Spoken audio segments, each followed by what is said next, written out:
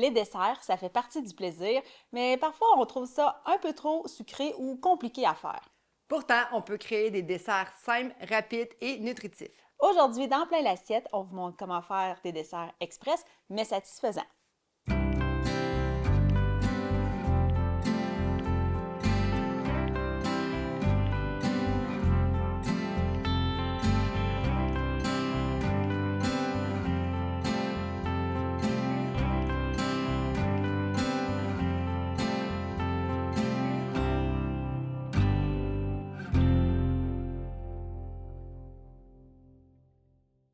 Bienvenue dans Plein l'assiette, l'émission qui te cuisine des solutions. Ici, nous allons prendre le temps de te montrer des astuces simples et efficaces. Moi, c'est Caroline. Et moi, c'est Mylène. On te donne des trucs et des astuces pour retrouver le plaisir de cuisiner. Bonjour Mylène. Bonjour, Caro. Là, j'ai plein de petits bols de toutes sortes de choses devant moi. En introduction, on a parlé de dessert. Oui. Et dans le fond, je pense que tu voulais un peu nous donner des bases pour des bons desserts, puis simples à faire. Oui, parce que dans le fond, Caro, quand on pense dessert, on va penser au gros gâteau, à la tarte, des choux à crème, quelque chose qui est des fois un peu compliqué ou qu'on n'a pas toujours le temps de se faire sous la main. Quand on dit un dessert, c'est parce qu'on a envie de manger quelque chose de sucré après un repas. Et pas nécessairement d'avoir le gros gâteau ou la mousse de fruits là, qui prend des heures à préparer. Là. Oui, exactement. Puis, bien souvent, c'est justement, on y va avec peut-être certaines erreurs qui fait que ça rend ça compliqué, là, les desserts. Là. Ben oui, dans le fond, puis c'est ça que peut-être qu'en entrée de jeu, on veut faire, là, de démystifier un peu toutes ces petites erreurs-là qui fait que on n'a pas le goût de se faire un dessert, puis ça finit toujours à acheter les gros gâteaux qui coûtent vingtaine de dollars, Oui. des fois 30 dollars pour avoir un gâteau pour 4, 5, 6 personnes, quand on est capable d'avoir vraiment quelque chose de sucré là, pour après le repas qui va apaiser notre petit côté sucré. Là. Bien, justement, en parlant de sucré, est-ce que ça peut en être une erreur, ça? Oui, exactement. En fait, des fois, c'est ça, on a le goût du sucre, mais on n'a pas nécessairement envie de quelque chose de trop sucré. Fait que des fois, souvent, on va aller acheter quelque chose dans le commerce. Exemple, le gros gâteau au chocolat, mais que tu vas le manger puis tu vas avoir l'impression de manger du sucre à chaque cuillère. Fait que c'est ça qu'aujourd'hui, on veut vous montrer à faire quelque chose de plus équilibré. Le sucre va nous freiner parce que justement, on a l'impression de manger le sucre. Là. Oui, quand on dit, mettons, des fois quelque chose de écœurant, là, tu sais, quand Oui. c'est trop sucré, le Ou un glaçage. crémage, oui, exactement. Oui, ça, le crémage, souvent, c'est là-dedans là, que ça peut déraper un peu Fait au que niveau du sucré. on va plus démystifier le dessert, mais plutôt le goût sucré d'après le repas. Euh, Ensuite, parfois, on va peut-être se lancer dans des étapes trop compliquées. Oui, on va aller voir une image, une recette qu'on va avoir trouvée, puis c'est peut-être pas adapté à ce qu'on est capable de faire non plus. Des fois, il y a plusieurs étapes, ça demande du repos, ça demande 24 heures de repos de faire lever. On n'aura peut-être pas l'équipement pour. Ça peut être long, trop compliqué pour nos compétences aussi, fait que ça nous décourage. Oui, hein, ben, en cuisine, surtout quand justement on commence à cuisiner ou on apprend, c'est plus simple de commencer avec quelques étapes, Oui. 3-4 étapes et non des recettes. Des fois, je pense qu'il y a des desserts, c'est comme tu as dit, là, on peut avoir 10, même à 15 étapes. Là. Oui, C'est puis un il y a des fois, projet. mais c'est le temps aussi, Oui. là, c'est que tu commences puis tu finis demain, puis tu le manges après-demain. Des Oui. fois, c'est un peu ça, hein, le temps de repos, le temps de lever, le temps de laisser reposer, le temps de refroidir. Bon, fait que j'ai bien hâte Mais tantôt. c'est pas ça qu'on va faire aujourd'hui. Ben non, c'est ça exactement.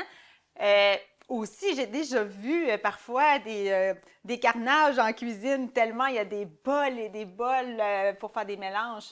Mais c'est ça aussi, en fait, c'est de choisir la recette, dans le fond, qu'on est capable de faire avec le temps qu'on a. Tu sais, aujourd'hui, on a peut-être vite 15, 20 petits plats ici, mais en fait, ça va se faire rapidement, ça va se faire bien.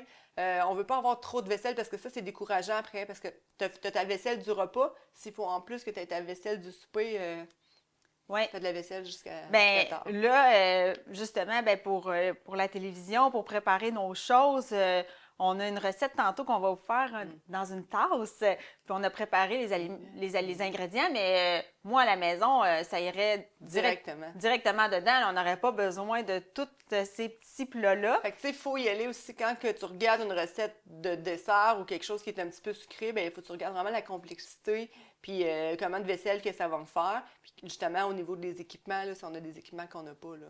Moi, je suis pas quelqu'un qui cuisine beaucoup les desserts parce que souvent, je trouve que les recettes sont très rigides. Il y a certaines recettes que j'ai l'impression que si je suis pas exactement à la lettre, ça va rater parce que, tu sais, de la pâtisserie, des choses-là, c'est un peu de chimie, de science. Puis c'est ça fait un cadre très rigide. Bien, en fait, il y a deux choses. En fait, peut-être que tu devrais aller voir les alternatives, hein. Souvent, on est capable de changer un ingrédient puis aller trouver quelque chose de similaire.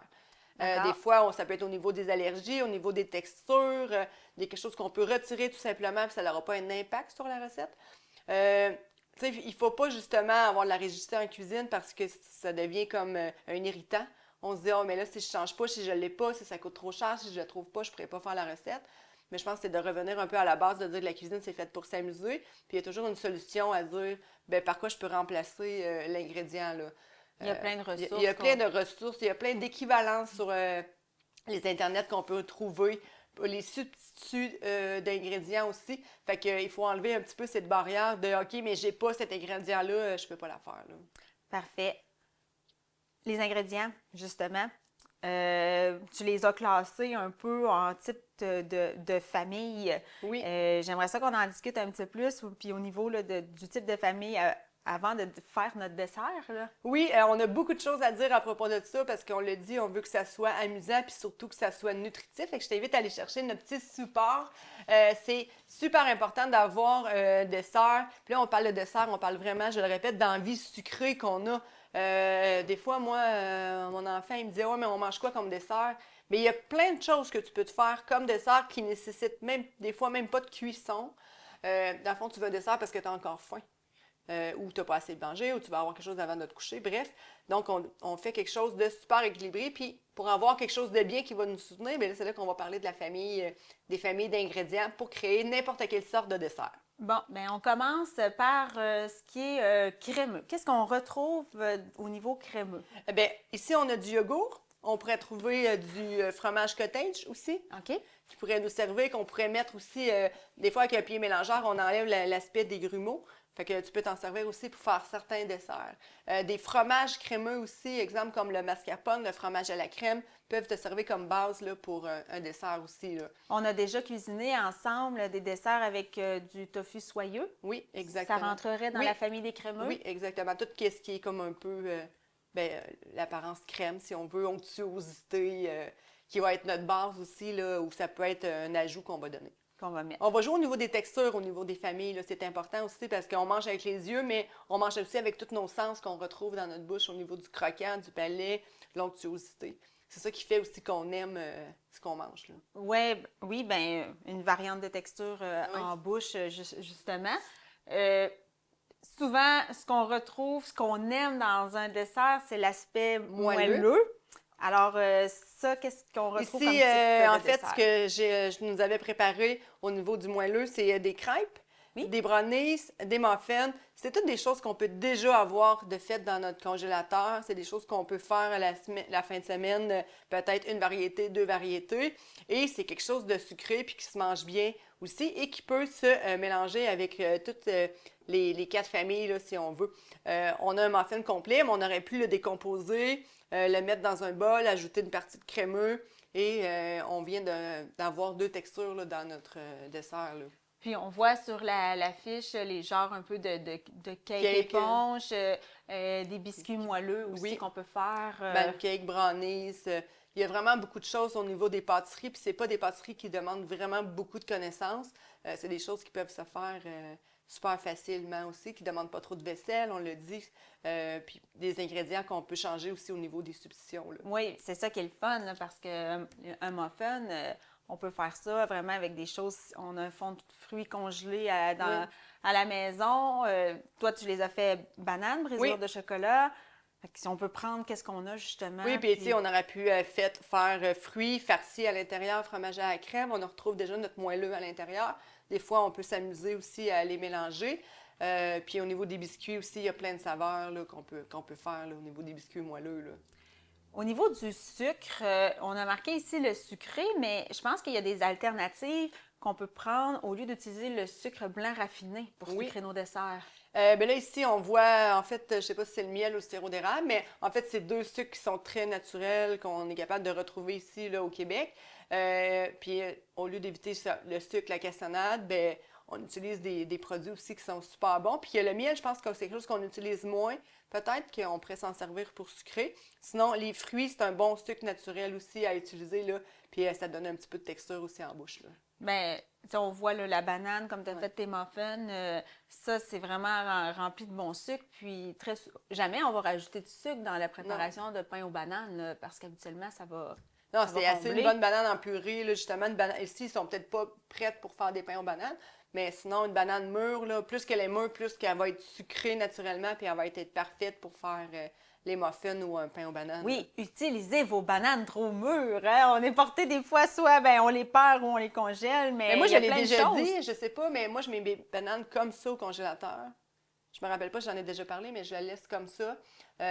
Puis, en fait, quand je veux les utiliser, après ça, ils sont très, très noirs. Je les mets au micro-ondes, j'enlève la peau puis je l'écrase. C'est vraiment un bon truc là, que je donne à mes élèves aussi. Là. Ah oui, est-ce que tu ferais la même chose? Ça a déjà arrivé, des fois, on les achète pas assez mûrs.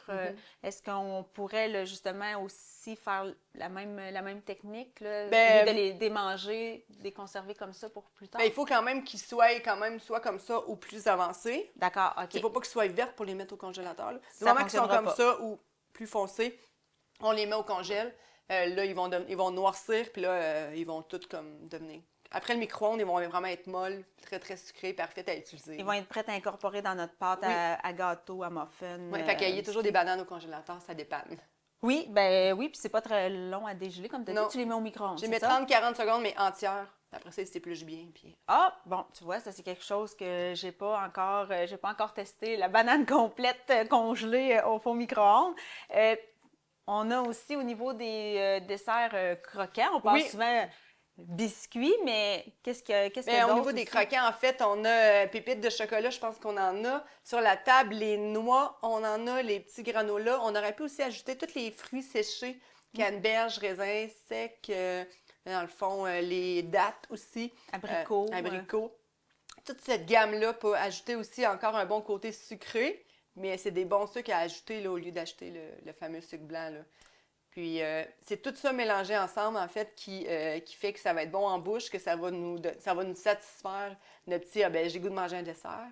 Bien, justement, on pourrait peut-être le tester, voir si avec ce qu'on a sur le comptoir... On va voir qu'est-ce que tu as bien appris. Ben oui. Allez, on sort. Dans le fond, j'essaye de choisir mes bases en premier. Ben pour le crémeux, j'aurais peut-être envie d'utiliser le beurre d'érable. OK. Ensuite, le moelleux, ben là, c'est sûr que les pancakes, ça va être une formule gagnante. Là, dans le fond, j'ai du crémeux, j'ai mon beurre d'érable qui est aussi sucré. Fait que je serais peut-être mieux de couper avec des fruits, hein? Oui, oui. Oui, hein, parce que sinon, si j'y vais en sirop d'érable, ça risque d'être un là, on petit a peu trop, déjà hein? dans le fond ici le beurre d'érable. Ici, on a des fruits qui ont été dégelés. Puis, j'aime beaucoup ton granola que tu as mis aussi sur la table là-bas. Je vais te laisser aller le chercher. Je vais faire une petite présentation en même temps. Avec, ça, le beurre, on pourrait le réchauffer un petit peu si on le veut un petit peu plus. Onctueux, oui. Mais moi, je le laisse au frigo pour le conserver. Puis après ça, oui, on peut le réchauffer, mais là, ça va bien se manger. On va mélanger le tout ensemble. Donc, des fruits, tu m'as dit?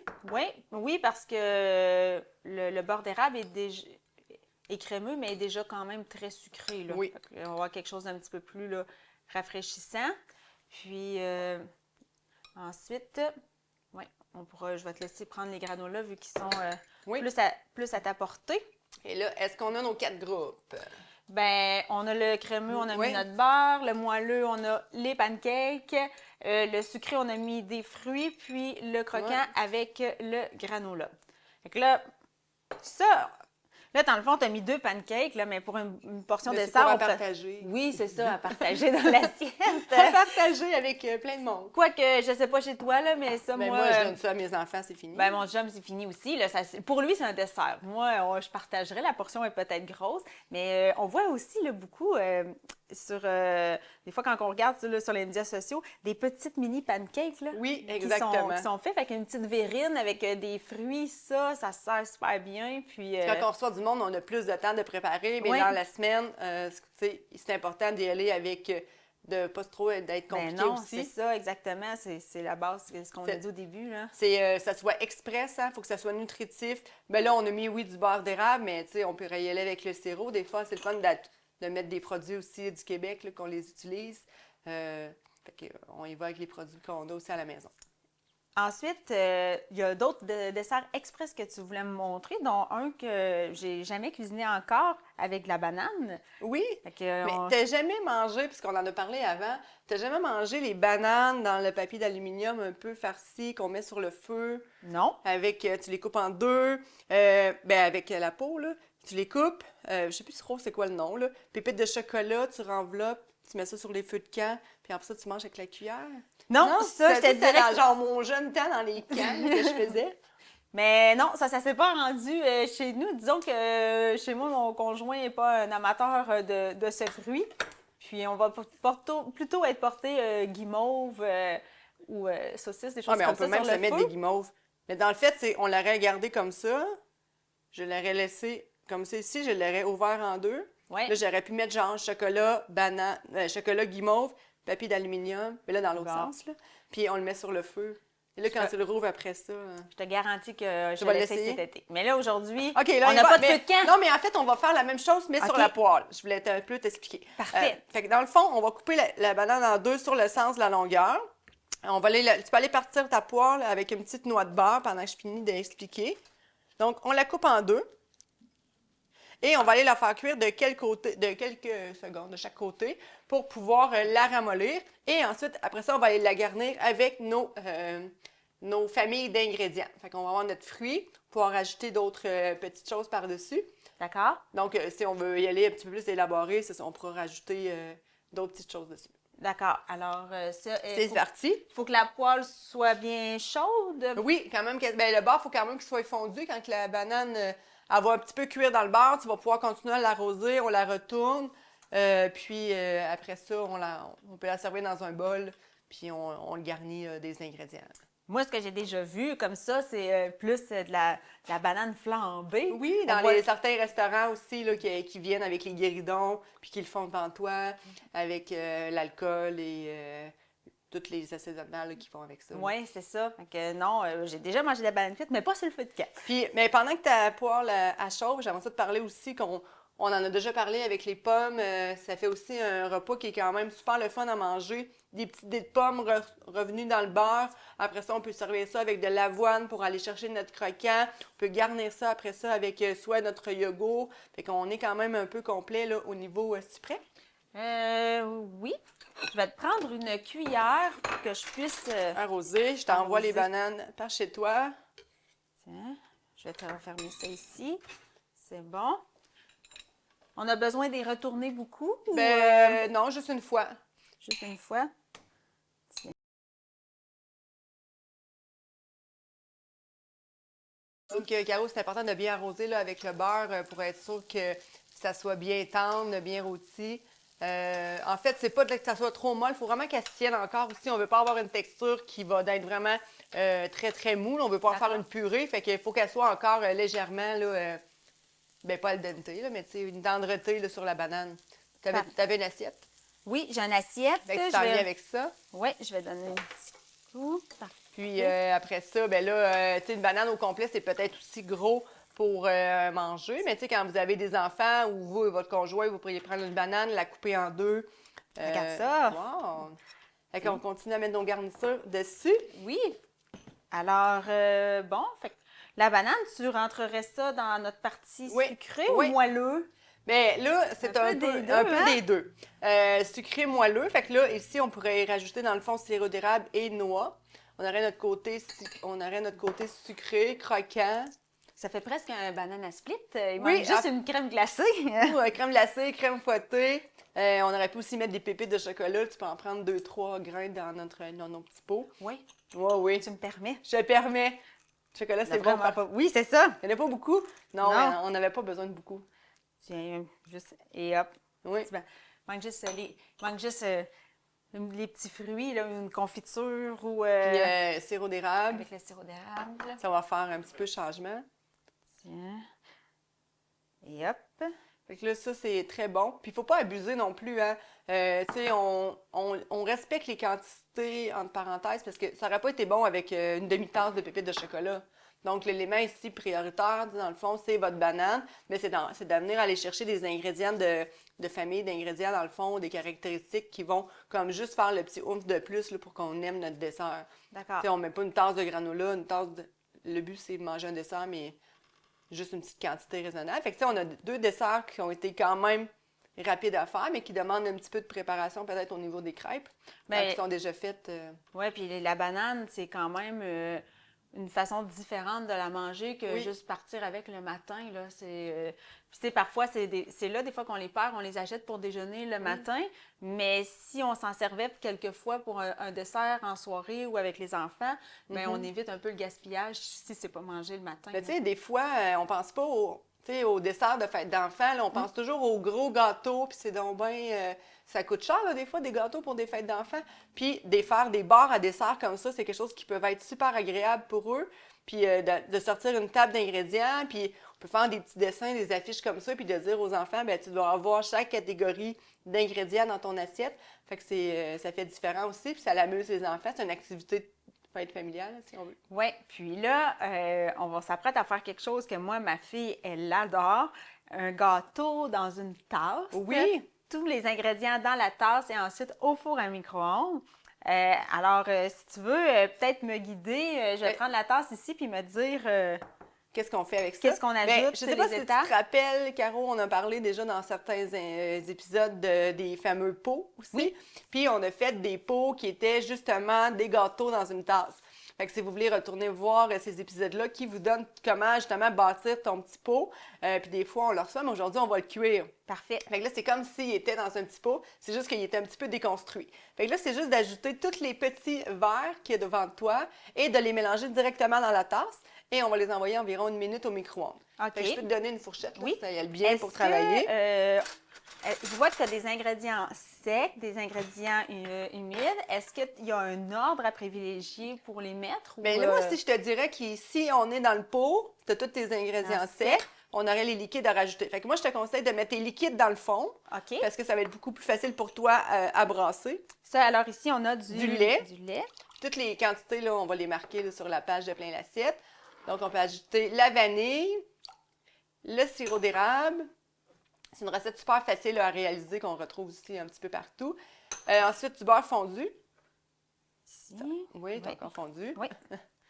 Et là, ensuite, on va pouvoir ajouter, exemple, farine cacao. Tu vas pouvoir y aller graduellement en brassant avec ta fourchette.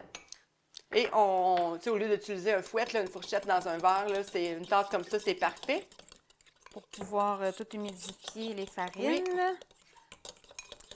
C'est une bonne idée dans cette étape-là parce que j'ai l'impression que si j'avais mis tous mes ingrédients secs, j'aurais eu des motons. Oui, exactement. C'est pour ça qu'on met les liquides dans le fond.